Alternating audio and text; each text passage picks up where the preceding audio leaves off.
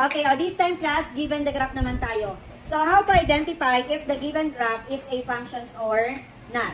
Okay, so we're going to use a vertical line test. Okay, to identify if the given graph is a function or not. Pag sinabi natin vertical line, anong direction nun?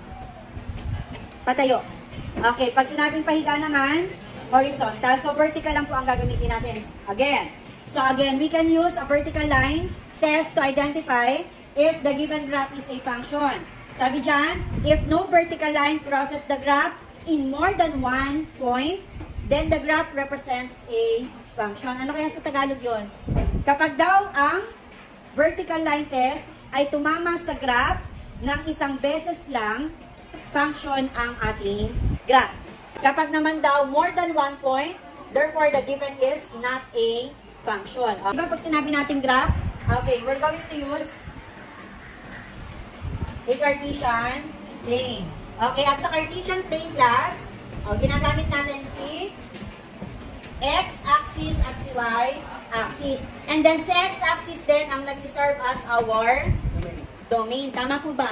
And then si y-axis ang ating range. Okay, so check daw natin to identify if the given graph is a function or not. Kailangan yung vertical line natin ay tumama lang ng isang beses sa mismong graph, sa mismong line. Okay, let us try an example. So this graph is an example of function. Why? I will draw the graph. So if I will draw a vertical line here, ilang beses tumama sa mismong graph?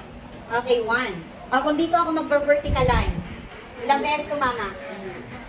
Ilang beses tumama? Isa pa rin. How about kung dito? Meaning, kahit saan ka po mag-drawing ng vertical line, ilang beses lang tatama? Isa. Kaya this graph is an example of function. Do you understand? How about this one? Kapag naman ganyan. Okay, I will draw.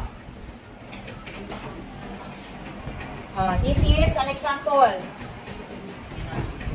Let us identify if this graph is a function or not by drawing a vertical line. Okay. Ilang beses po tumama? Okay, meaning functions or not? Not function. Naintindihan na po yung difference? Okay, let us try another example. How about this one? Functions or not? Not function. This one? Functions or not? Okay, how about this one? Functions or not? Not function. Because this is the vertical line. Ilang beses tumama? Tatlo. Therefore, this is not function. Another example. Tell whether the given graph represents a function or not. First graph. Function. Anyone, if you want to answer, just raise your hand. Yes or Jean? Function. Okay, very good. How about the second graph? Mutu?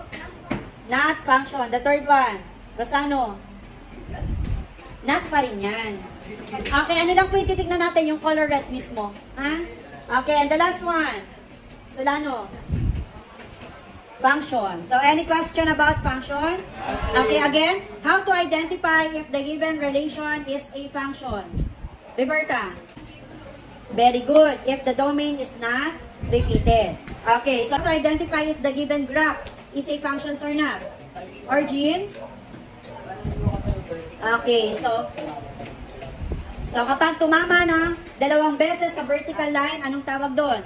Not function. Kapag once lang, okay, meaning we're going to draw a vertical line test to identify if the given graph is a function or not. So, any question?